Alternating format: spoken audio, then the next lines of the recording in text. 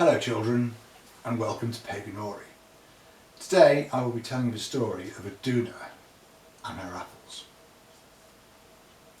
One day Odin, Thor and Loki were exploring. They'd been walking all day and they were getting very hungry. They decided to stop and cook the food they brought with them. Thor collected as much wood as he could in his big strong arms. Loki lit a fire using his magic. Odin put the food on his spear so they could roast it over the fire. They waited for an hour, but when they checked on the food it was still cold. Thor grumbled, then went to get more firewood for the fire.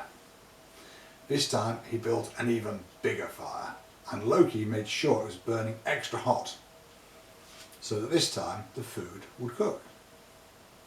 They waited another hour, but when they took the food off Odin's spear, it was still cold. It still hadn't cooked at all, and the gods could not understand why. "I can't wait any longer," shouted a very angry Thor. At that moment, Odin noticed that there was a very big eagle watching them from a tree next to the fire. "What are you looking at?" Odin asked the eagle. "I'm looking at your fire," said the eagle, "and I see it is not cooking your food. If you share some of your food with me, I will fan the flames with my wings, so it will burn hotter and the food will cook." The gods were not too happy about sharing their food, but they felt they had no choice. "Okay," said Loki, "we will share our food with you, eagle, but you can only have the same amount as we each have, even though you are so big."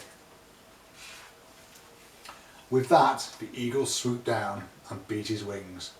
The fire flared up and the food was cooked in no time at all. Odin took the food off the spear, but before the gods could share it out, the giant eagle swooped down from a tree and grabbed almost all of the food. The gods were very angry. Loki tried to grab the food back. The eagle dropped the food, but he grabbed Loki and flew up into the air. The eagle flew for many miles with Loki in his claws. He flew across fields and lakes.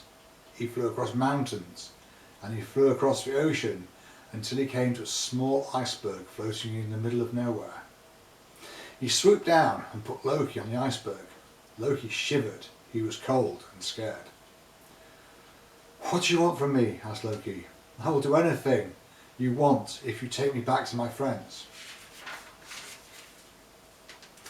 "There is one thing you can do," said the eagle. "You can steal Idunna and her golden apples that keep the gods young so that they can live forever. I would very much like to live forever, and my daughter Skadi is very lonely, so Idunna can be her friend." "The gods will be very angry," said Loki, "but if you take me back, I will get you Idunna and her apples." So the eagle took Loki back and dropped him next to Odin and Thor, who had saved him some food. They all agreed that they should get back to Asgard before anything else bad happened. The next day, Loki went to visit Idunna at her orchard, where she grew the golden apples.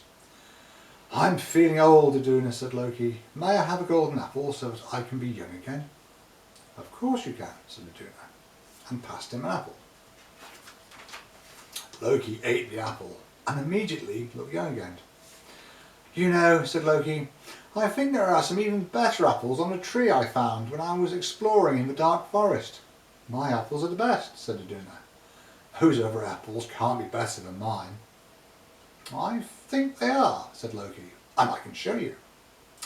Idunna didn't really trust Loki, but she had to be sure that there weren't any better apples. She followed Loki into the dark forest with her golden apples in a basket so that they could compare them with the apples that Loki said were better. They walked for a long time, and Idunna started to wonder if these apples even existed. Just as she was going to turn around and head back to her orchard, the eagle swooped down and grabbed her and her apples. "I am not just an eagle," he said. "I am the giant Thiazi in eagle form, and now I will live forever." "Oh dear," said Loki. "Maybe the gods won't notice that Idunna and her apples are gone, and everything will be fine." The gods did notice. everything was not fine. Without Idunna's apples to keep them young, they started to get old. Their hair was turning grey, their skin was getting wrinkled, and they were starting to feel tired and weak. Thor knew that if something was wrong, it either meant Loki had done it, or Loki could fix it. This time he had a suspicion that it might be both. So he went and found Loki and pinned him up against a wall. "Where is Idunna? Where are her apples?" he shouted. "I don't know what you're talking about," said Loki. "Why do you think I would know?" Odin always knew when Loki was lying. "You do know," said Odin. "And if you don't tell us, we will let Thor hit you with his hammer until you do." Loki had been hit by Thor's hammer before, and he had not enjoyed it very much. So he told the gods what had happened, and before Thor could hit him, he promised to get Idunna and her apples back.